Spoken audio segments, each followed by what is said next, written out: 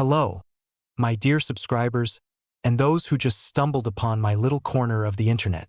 If you think that absolutely everything has been said about World War II and nothing can surprise you anymore, then you simply haven't read my channel yet. Today, I'm going to tell you a story that will make your hair stand on end. A story about how one country betrayed another, how a brotherhood of arms turned into a bloody massacre, and how the Nazi war machine pulled off one of its most daring and successful operations. We're talking about Operation Axe, Germany's lightning-fast takeover of its own ally, Italy.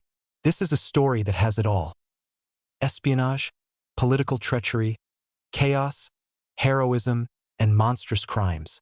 Make yourselves comfortable. It's going to be a long one, sometimes scary, but very insightful. And, as always, a huge request. If you find the material interesting, subscribe to the channel and hit the bell so you don't miss new deep dives.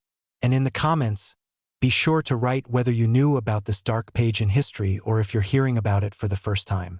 Your opinion really matters to me. Let's go. You know what the phenomenon of history is. We're used to thinking in templates. In our minds, World War II is the grand tank battles at Kursk, the landings in Normandy, the meat grinder of Stalingrad. And that's right. Those were the events that turned the tide of the war. But within this global mosaic, there are small pieces that often fall out of our field of vision. People either don't talk about them at all or they mention them in passing with a couple of sentences in a textbook. And that's a shame, because sometimes it's in these little things that the very essence is hidden: the spirit of the era, the cynicism of politicians, and the true face of war without any embellishment. Operation Axe is a perfect example of this. For me, it's one of the most striking, frightening, and instructive episodes of the entire war. Just think about it. In just 2 weeks, from September 8th to September 19th, 1943, virtually without a pause in their own war production, one Allied country completely destroyed another as a military power. Germany occupied Italy, disarmed its million-strong army, seized its navy, its factories, its resources. And it did this not after months of bloody fighting, but instantly, like a surgeon removing a diseased organ. And the craziest part, this was, in essence, the Wehrmacht's last real triumph. After that, it was just a long, agonizing road to defeat, retreat, and death. But let's take it in order. Part 1. A premonition of trouble. When friendship turns into farce. To understand how something like this was even possible, we need to go back to the spring of 1943. Put yourself in Adolf Hitler's shoes. On the Eastern Front, Stalingrad had just happened, where the Italian Eighth Army, the very one Mussolini sent to conquer Russia, was almost completely annihilated. Things were even worse in Africa. In May, the Italo-German grouping in Tunisia surrendered. The Italians lost their colonies, and thousands of soldiers were taken prisoner. The Italian economy, already weak, simply collapsed under the weight of military spending. I dug around online and found data from that time. The country found itself isolated.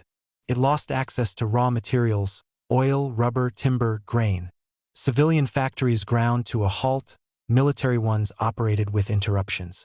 People were starving. Imagine this. The bread ration was reduced to 150 grams per day. That's less than what was given in countries occupied by the Germans. The national debt reached an astronomical sum of 1 trillion lire, which was 10 times the annual national income.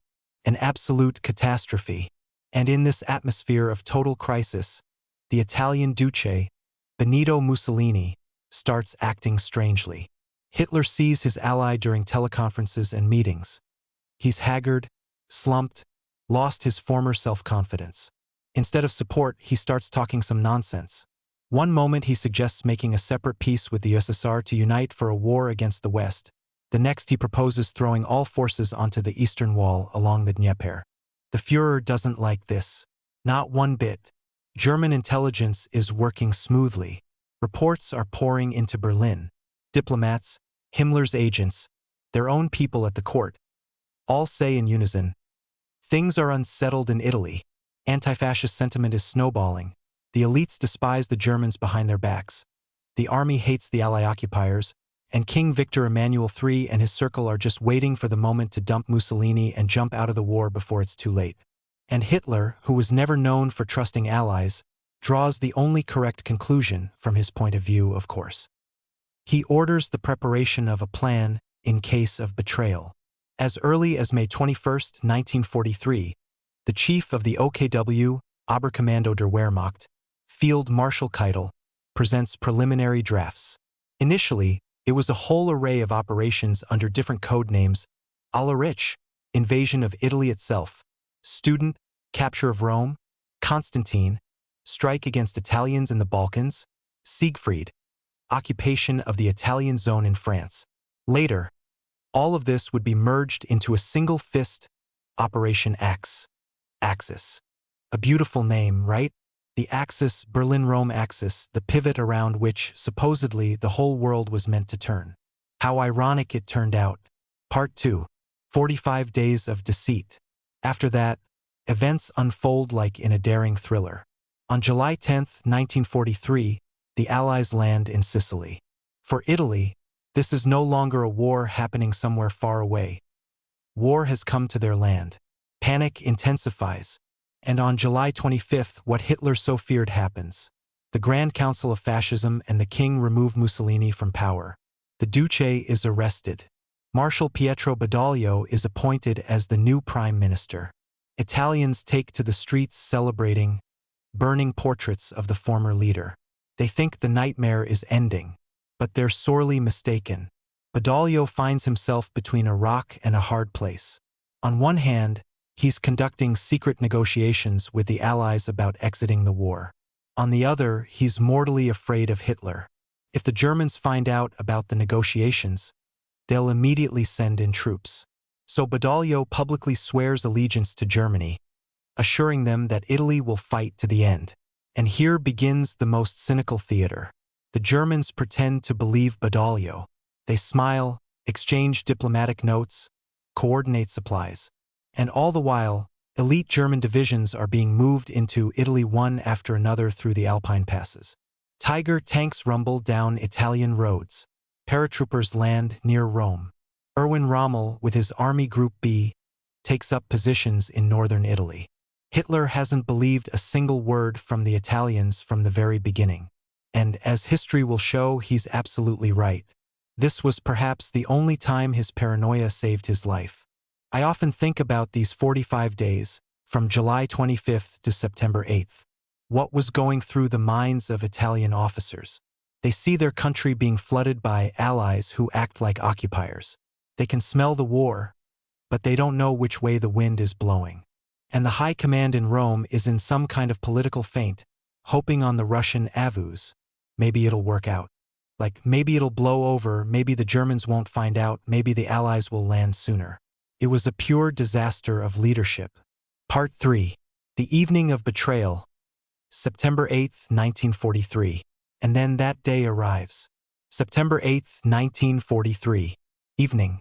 General Dwight Eisenhower goes on the radio and announces Italy's surrender to the whole world. Half an hour later, Marshal Badoglio says the same thing, ending his short speech with the words, "The Italian people will treat enemies as enemies and allies as allies." Can you imagine the shock? Italian soldiers find out they're no longer fighting from their radios. German commanders, who have been preparing for this moment for 2 months, immediately launch Operation Axe. The code word flashes through all communication channels. Roads are blocked by tanks. Bridges are seized by saboteurs. Communication hubs are attacked. It has begun. And here, the full depth of the Italian failure becomes apparent. Absolute chaos reigns in Rome. The king, Badoglio, and the entire government, without giving any orders to the army, flee the capital to the south, to Brindisi, under the protection of the Allies. They abandon their country, their army, their soldiers. Imagine yourself in the shoes of an Italian carabineer in a barracks near Rome.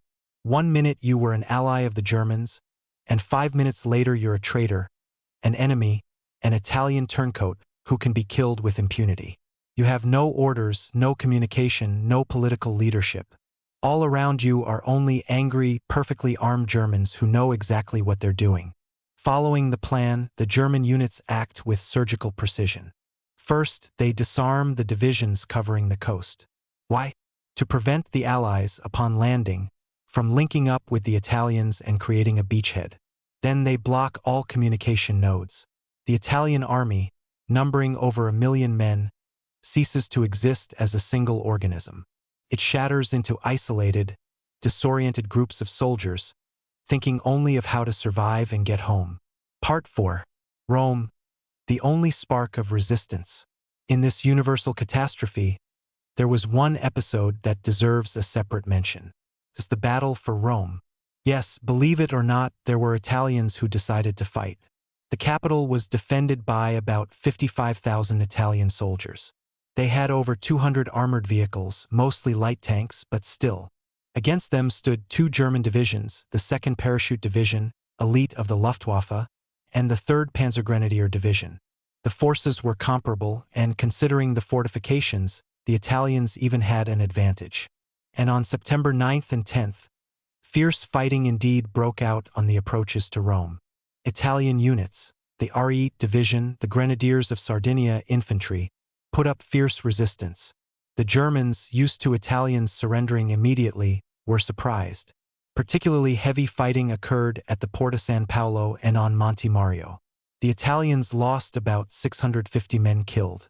But what could soldiers do without a single order? Generals hesitated, staffs were inactive. The king had fled. By noon on September 10th, it was clear that resistance was useless.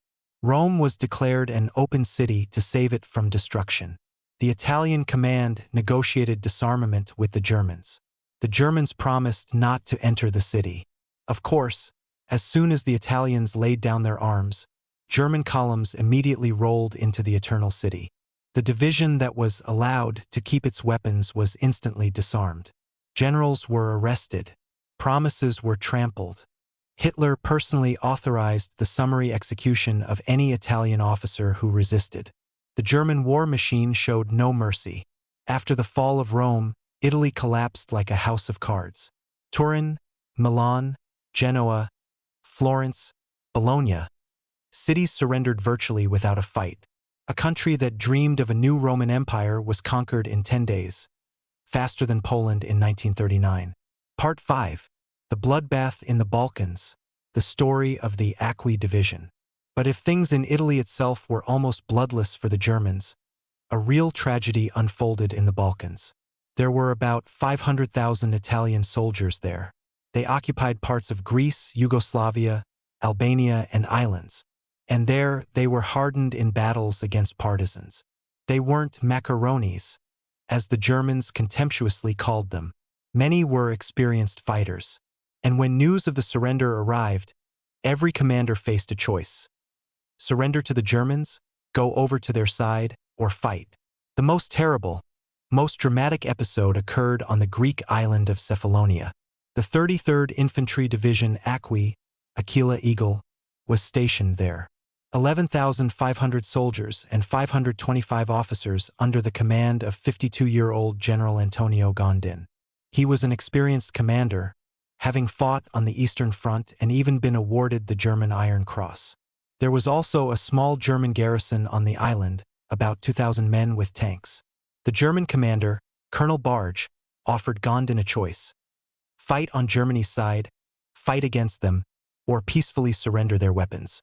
Gondin hesitated. He was pro-German, he sympathized with the Germans. But his soldiers, upon hearing of the surrender, started fraternizing with the local Greeks, tearing down fascist symbols. Junior officers demanded a fight. On September 13th, when a German convoy attempted to land reinforcements, Italian coastal batteries opened fire and sank 2 ships. There was no turning back. Gondin, having finally received a clear order from the headquarters to treat the Germans as enemies, decided to fight. For 7 days, from September 13th to the 22nd, fierce fighting raged on Cephalonia. The Italians fought desperately. They had artillery, machine guns. They fought for every hill. The Germans brought in reinforcements, including mountain troops from the elite 1st Mountain Division Edelweiss and Stuka dive bombers. The bombing was horrific. When the Italians ran out of ammunition, they knew they had lost. On September 22nd, Gondin ordered a surrender, having negotiated humane treatment for the prisoners. And then, what historians call one of the largest military executions in Europe took place. The Germans broke every promise. A show trial began. General Gondin and 137 of his officers were shot on the very first day. This was the execution of Hitler's personal order to exterminate officers who resisted. Then hell began for the soldiers. They were taken out in groups, had their sentences read, and were shot with machine guns. Bodies were burned.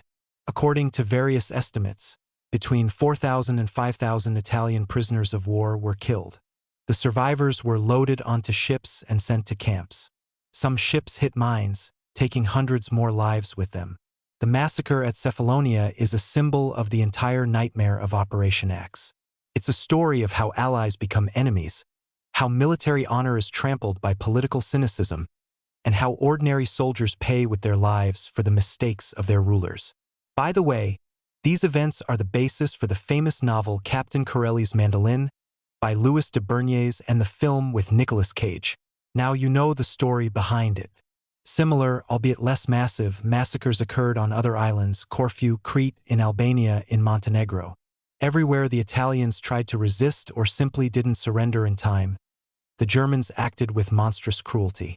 Croatian Ustase, seizing the moment, butchered Italians, settling old scores. The Balkans turned into a bloody mess. Part 6. The Victor's Spoils and the Ghost of Retribution. Now let's look at the cold, hard numbers. On November 7, 1943, the chief of the operations staff of the OKW, Alfred Jodl, presented Hitler with a report on the results of Operation Axe. The figures are simply staggering. About 600,000 Italian servicemen were taken prisoner. Another 120,000, mostly fascist blackshirts and those who hated the king, went over to the German side. The rest either died, scattered to their homes, or joined the partisans.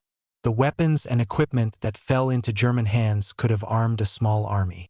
According to official data alone, 1.2 million rifles and carbines, 39,000 machine guns, 10,000 artillery pieces, 15,000 trucks, about 1,000 tanks and self-propelled guns, 4,000 aircraft. And that's not counting ammunition, equipment, uniforms, and fuel. In addition, the Germans captured the Italian fleet, several battleships, cruisers, destroyers, and submarines, although some ships managed to escape to the Allies in Malta. The economy of northern Italy, the most developed part of the country, with its Fiat factories, power plants, and industries, came completely under German control. Italian workers, as was already the practice, were sent for forced labor in the Reich. The country wasn't just occupied, it was stripped bare. But you know what's most interesting? The purely military victory turned into a strategic problem for Germany. Yes, they gained resources and territories, but instead of one unreliable ally, they got one open enemy and a huge occupation zone that needed to be held. A powerful partisan movement flared up in Italy. Former Italian soldiers went into the mountains, formed resistance groups, and began a bloody guerrilla war that diverted tens of thousands of German soldiers. The Germans responded with atrocities. Mass executions of civilians, like the Ardeatine Caves massacre in Rome where 335 Italians were shot in retaliation for a partisan attack, 10 Italians for every German killed, became commonplace. Hatred for the occupiers grew every day. And most importantly, Operation Axe was the Wehrmacht's last successful offensive operation. After that, it was only defense, retreat, and defeat on all fronts. Germany had overreached, trying to hold onto what it had captured. It had overestimated its strength. Just a year later, after the Normandy landings and the Red Army's grand offensives, it could no longer carry out anything like this. The war was lost, finally and irrevocably. Concluding this long and heavy story, I want us to think. Operation Axe is not just a page from a textbook. It's a story about how military alliances can be fragile, how elites betray their peoples, and how the price for political ambitions always falls on the shoulders of ordinary soldiers and civilians. The Italian soldiers on Cephalonia, killed by their former allies, are a symbol of the tragedy of the little man in big politics.